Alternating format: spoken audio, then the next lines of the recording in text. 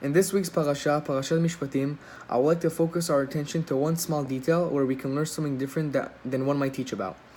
This doesn't quite reflect the entire story of the Parashat, but it shows us that paying attention to minor details in the Torah give us an insight in how Hashem wants us to behave as moral human beings and Jews.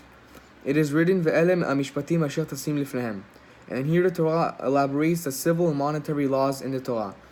In the Torah, there is guidance and instruction to us humans in every aspect of life. Among other things, the Torah says, "V'chi yirevun anashim ve'yika ish et re'ehu be'even o be'egrof ve'lo yamut v'nafal hamishkav im yakum ve'yitalech b'chutz al mishanto v'nika makeh rak shivto yiten v'rapo yirapeh." If men are fighting and one strikes his fellow with the stone or with the fist, and he does not die but falls into bed, if he gets up and goes about outside under his own power, meaning he starts to get back and function normally in his life, the one who struck is absolved. Only for his lost time shall he pay, and he shall provide for healing. Rashi comments on these words, and he shall provide for healing, v'rapo yirapeh, which he translates to, he must pay the doctor's fee. Additionally, as stated in Masechet Bava Kama on page 85a, even the one who caused the injury is himself a physician, the victim can demand to choose his own physician. This is the basic understanding of these psukim, the pshat.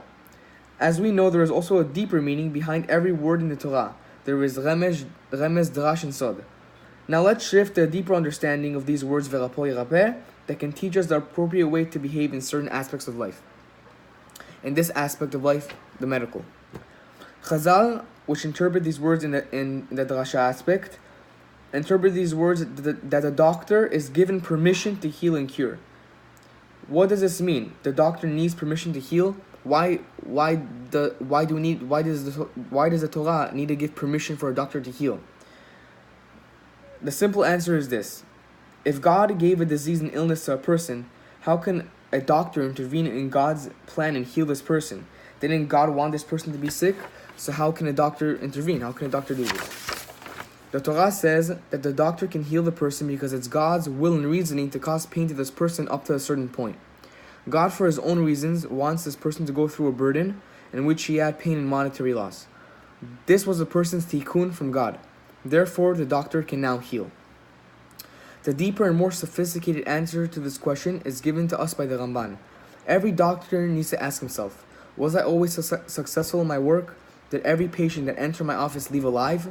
There are cases where people die during surgery, but if the doctor didn't perform surgery on the person, he could have lived a while longer.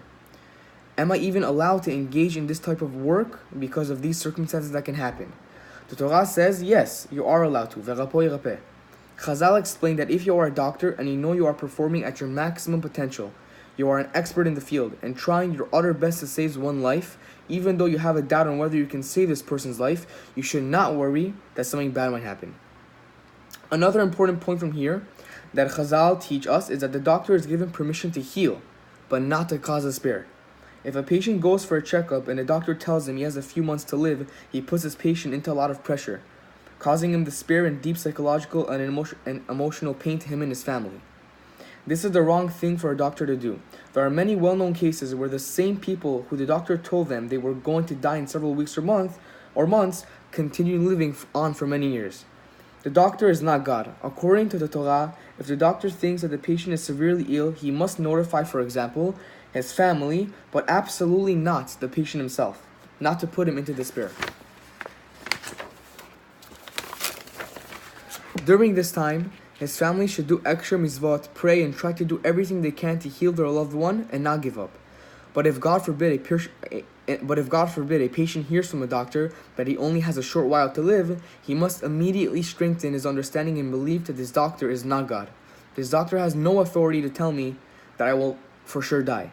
If this happens, the patient is obligated to see where he can go spiritually, what does he need to fix in his life, and put his trust in God that he will do best by him. A person who lives in this way doesn't go into despair and isn't depressed and should try his best to be happy and always smile. A person's mood and feelings are of great importance in his recovery.